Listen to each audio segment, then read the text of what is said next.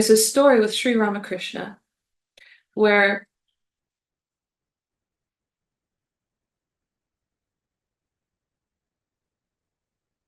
a monk, this was a time where people were coming to meet this, incredible being that was having all these incredible high spiritual experiences, and everybody wanted to stop by this temple of Kali Ma, and they wanted to meet this, incredible monk or this sage or whoever this person was. And they wanted to meet him, and a lot of the times they would sit and have these long discussions and talk about philosophy and talk about spiritual practices and things, and he would try all of them, and he would, be open to everything. He would listen to everybody, and he would partake in whatever somebody had to offer. And there was a particular monk that came one time, hearing of Sri Ramakrishna, and he came.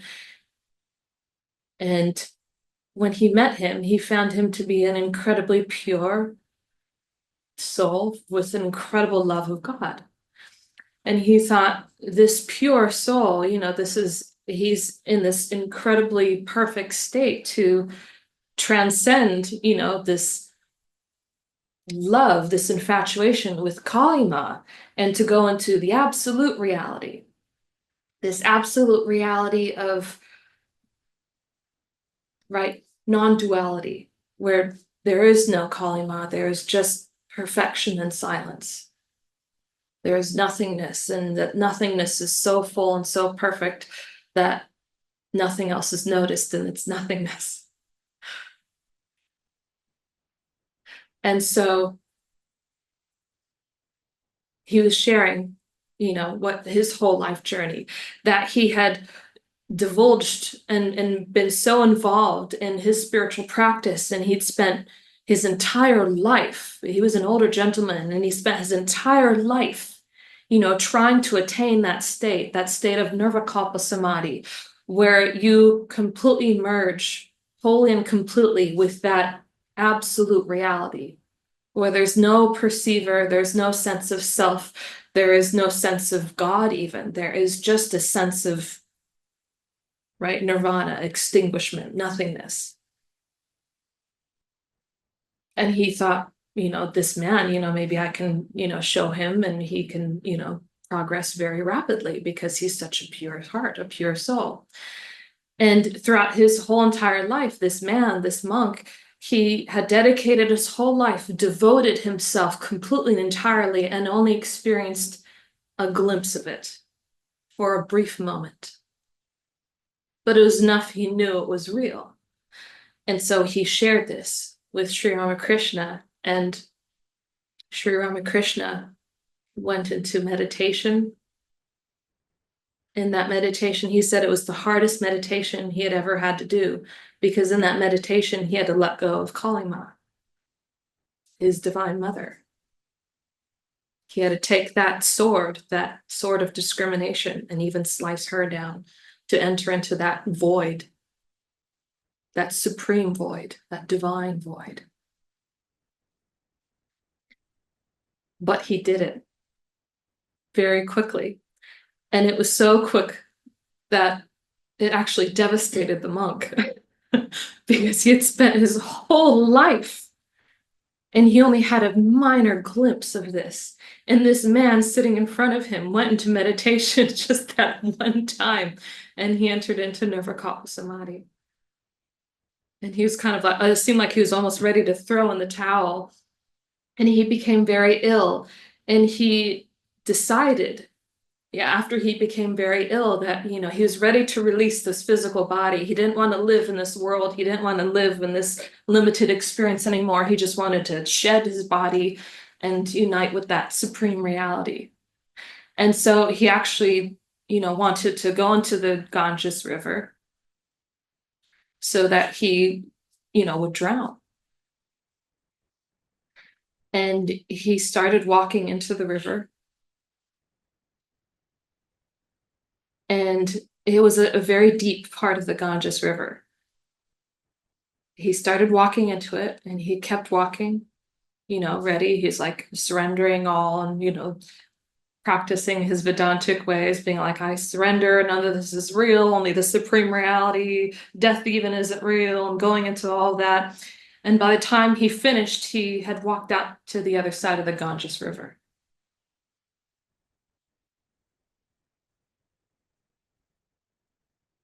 And he looked back and realized he had traveled all the way from one side to the other, and his feet touched the ground the entire time. And this was the deepest part of the Ganges River, and it was a full river at that time. And in that moment, he had a spiritual realization that that Kalima, that Shakti, that divine presence, that movement of life was every much a part of God as that supreme nothingness.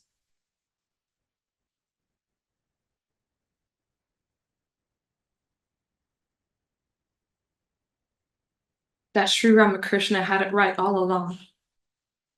To love Kalima and also to love that which is not. Neti neti and iti iti, both together.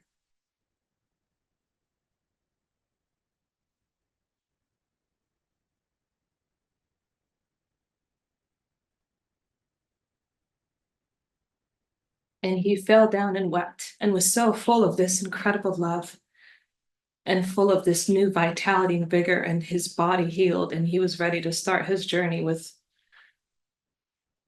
a new perception.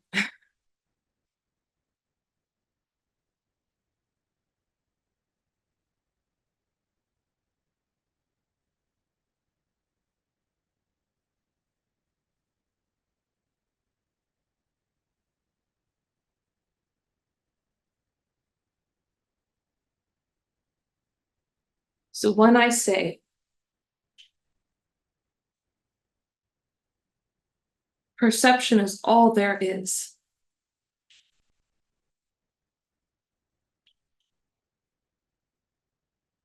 it's because I'm saying it's all that's not.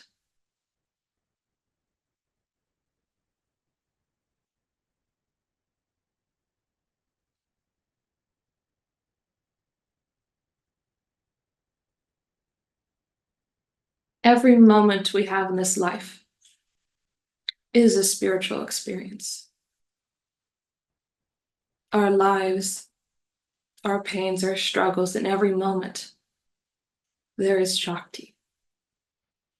And behind it all, in every moment, there is Shiva. All these moments converge and convolge together into one single moment.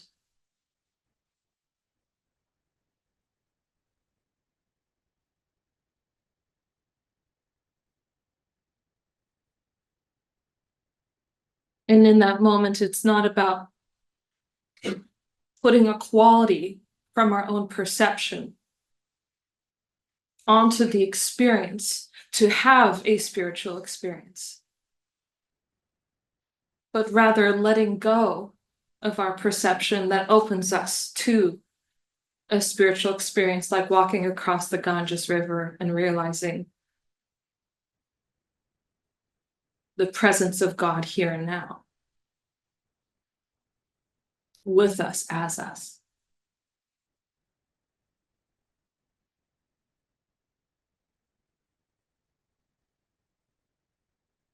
That witness behind our eyes, behind the mind, behind our emotions, even behind the heart.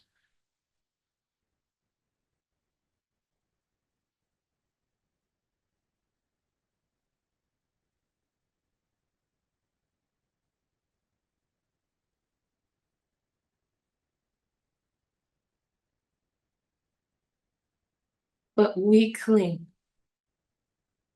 and we get stuck.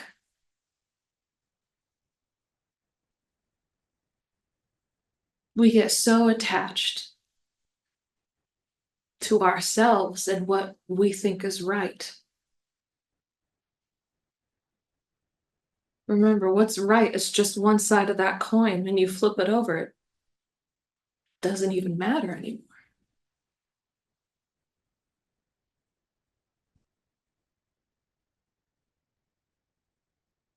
To think we know everything about a particular person is limiting that multidimensional sphere into a plain old circle again. It's not that that person is losing the recognition of your perception, but rather you are losing the dimensionality of that moment and that interaction. You are missing that love, that embrace from that divine presence right there and now.